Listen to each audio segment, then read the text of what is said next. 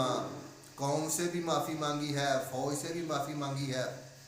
تو لہٰذا یہ جو اتنی بڑی گواہی عدالت میں یہ جو بیان انہوں نے ریکارڈ کروا دیا ہے، یہ آنے والے وقت میں میرے خیال میں عمران خان صاحب کے لیے کافی مشکلات کھڑی کر سکتا ہے۔ تو اگلی بات پہ آ جائیں، سندھ میں جو وزیر اعلیٰ کے کینڈیڈیٹ ہے، میرے خیال میں وہاں بھی ایک خاتون ہی وزیر اعلیٰ بننے جا رہی ہے، جیسا کہ میں سمجھتا ہوں۔ آپ کو اگر نام بتاؤں تو وہ ہے جناب آصف علی زرداری صاحب، ان کی اہلیہ ان کی بہن فریال تالپور۔ غالب امکان ہے کہ وہ سندھ میں وزیر اعلیٰ کی سیٹ پر بیٹھیں گی، اور وزیر سندھ کا جو گورنر ہے وہ بھی میں آپ کے ساتھ عرض کروں کہ غالب امکان ہے کہ جو موجودہ گورنر ہے کامران ٹیسوری صاحب، وہی آئندہ بھی گورنر ہوں گے۔ تو اگر بات کی جائے بلوچستان کی،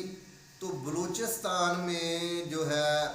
نون لیگ اور پاکستان پیپلز پارٹی جو ہے مل کے حکومت بنا رہے ہیں، اور وہی فارمولہ چلے گا کہ کچھ دیر جو ہے وہ پاکستان پیپلز پارٹی کا وزیر اعظم رہے گا، اور کچھ دیر جو ہے وہ پاکستان مسلم لیگ نون کا وزیر اعظم رہے گا۔ اور اسی طرح اگر آپ خیبر پختونخوا کی بات کریں تو گورنر کے لیے کافی نام زیر غور ہیں، لیکن جو سب سے فیورٹ نام ہے وہ ہے جناب علی فیصل کریم کنڈی صاحب کا۔ وہ خیبر پختونخوا کے گورنر بننے جا رہے ہیں۔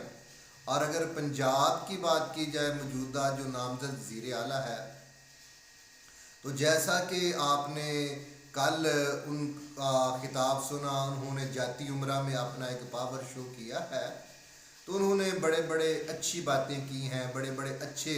جو پلان ہیں وہ متعارف کروائے ہیں، وہ بیان کیے ہیں۔ تو اللہ کرے یہ سارے پورے ہو جائیں، لیکن اس بات پہ جو ہمارا نقطہ نگاہ ہے نا وہ بھی ذرا سن لیں کہ ہم چونکہ مسلمان ہیں، آقا علیہ الصلاۃ والسلام کا کلمہ پڑھا ہے، ان سے محبت اور عقیدت کا اظہار کرتے ہیں، اور انشاءاللہ الرحمن ان کے امتی ہیں۔ اس لیے ہمیں چاہیے کوئی بھی بات ہو، کوئی بھی مسئلہ ہو، اس کو اسلام کی نظر میں، اسلام کے تناظر میں دیکھنا چاہیے۔ تو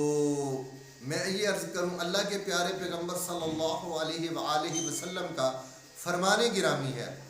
تو کون اللہ کے پیارے پیغمبر کے 1400 سال سے 1450 سال سے تقریباً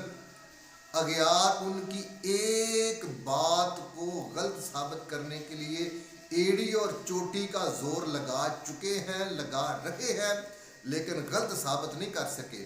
اور انشاءاللہ قیامت تک وہ ثابت نہیں کر سکیں گے کہ آپ کی بات حق اور سچ پہ مبنی ہوتی ہے۔ تو اس لیے میں عرض کرنا چاہتا ہوں، اللہ کے پیارے پیغمبر صلی اللہ علیہ وسلم نے فرمایا جس قوم کی حکمران ایک عورت ہوگی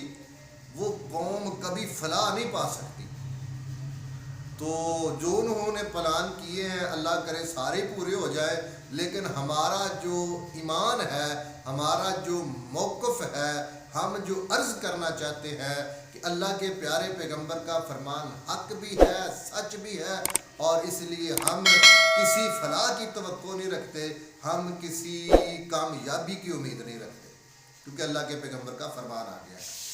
تو اللہ میرا اور آپ کا حامی و ناصر ہو۔ السلام علیکم ورحمۃ اللہ وبرکاتہ۔